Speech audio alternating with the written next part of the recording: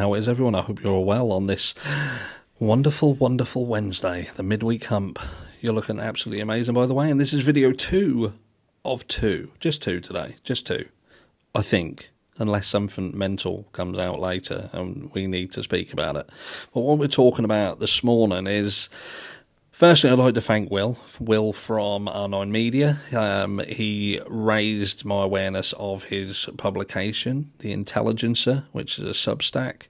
I would certainly say go and check it out, 100%. And what I'm going to go through here is something quite interesting. Gives you a little bit of a different look at the drug cartel angle on the Idaho 4 case. All hypothetical, but who the Intelligencer are, these are people who are ex-military, ex-government, ex-law enforcement, historians. So smart people who get together and they write stuff. And this is something that I'm going to read you. I can't show you up on the screen because of just using a camera today. I've not got it connected to a computer. I spoke about it in the last video. I'm not doing it again. So I'm going to read it to you. But like I say, the link is in the description. Go check it out. Well worth your time. And it's not just all Idaho 4 stuff. There's lots and lots of stuff. And I'd certainly say that if you're a reader, if you're someone who likes to read stuff, then it's worth doing. But here we go, right? It's interesting. So, as an organisation deeply intrigued by criminal justice and theoretical scenarios, we are presenting a purely speculative and hypothetical analysis that explores the idea that the tragic murders of 4 students in Moscow, Idaho, could have been orchestrated by a drug cartel. It's essential to clarify from the start that this analysis is not founded on any concrete evidence from the official investigations or public disclosures.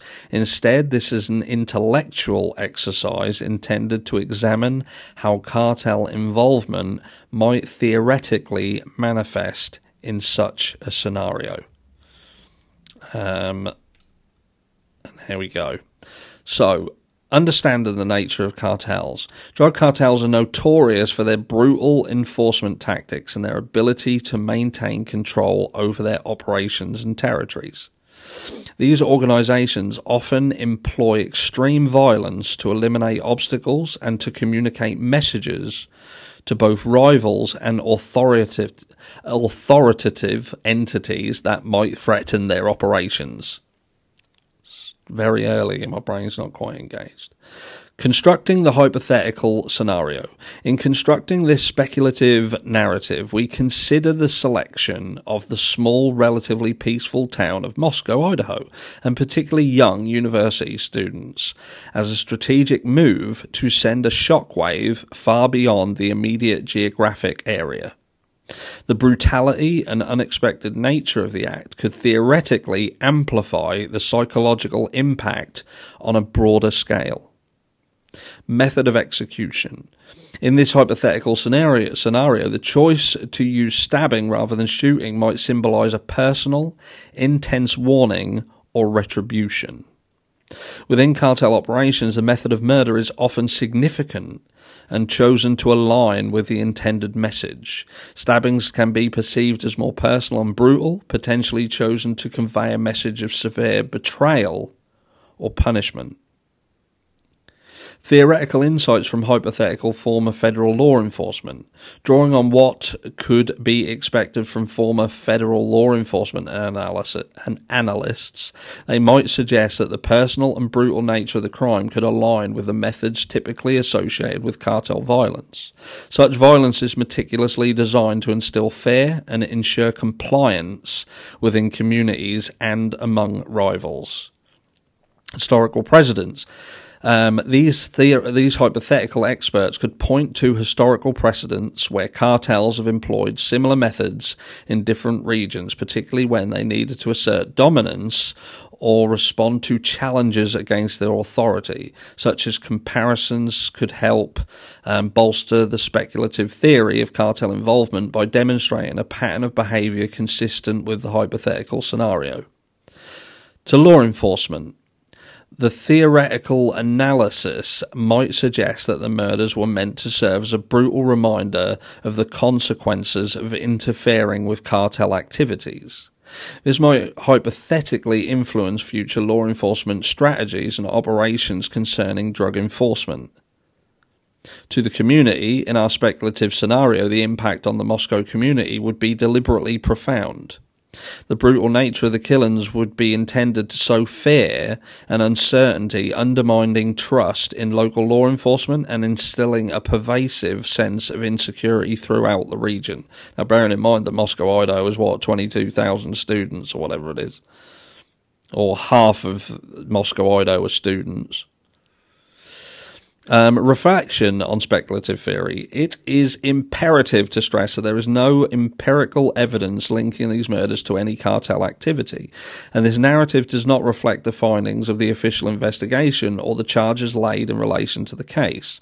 Our speculation does not aim to solve the crime, but to explore a theoretical what-if scenario that highlights the importance of grounding criminal investigations in verifiable facts rather than conjecture.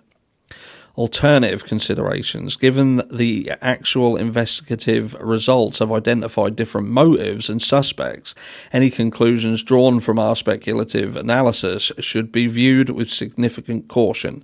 This exercise underlines the complexity of criminal investigations and the critical nature of evidence in establishing factual narratives. Conclusion.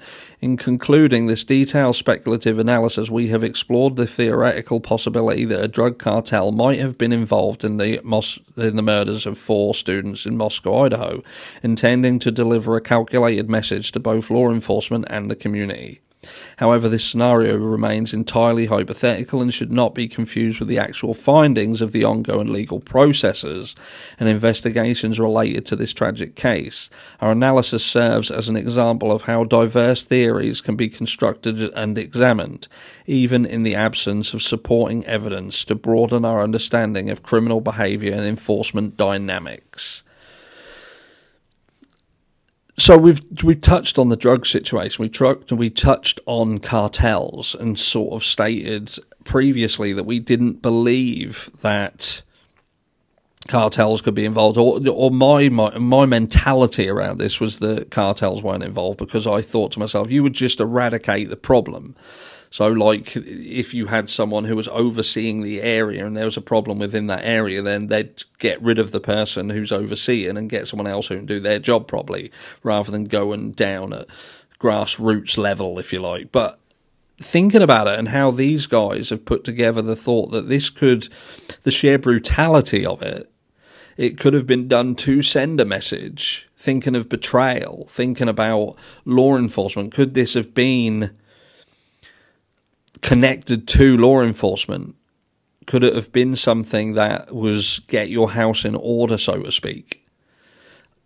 Again, it gives a different layer. It gave a different dynamic in terms of how cartels and how that involvement could have, manifested within this crime, this area. So, I'll be interested to hear your thoughts. It's still not something, again, hypothetical. This is just a bunch of sort of ex-law enforcement who are talking about it. Me personally, I don't feel that there is, at this stage, I feel that I'm still on the grounds of if it looks like a duck, walks like a duck, did I say that twice? I can't even remember. It's a duck. And for me, the fight at the frat house on the night of this crime, I believe, completely holds a key. Could be wrong, but I just feel it in my bones. Let me know down below what you feeling in your bones today, and I'll catch you all tomorrow.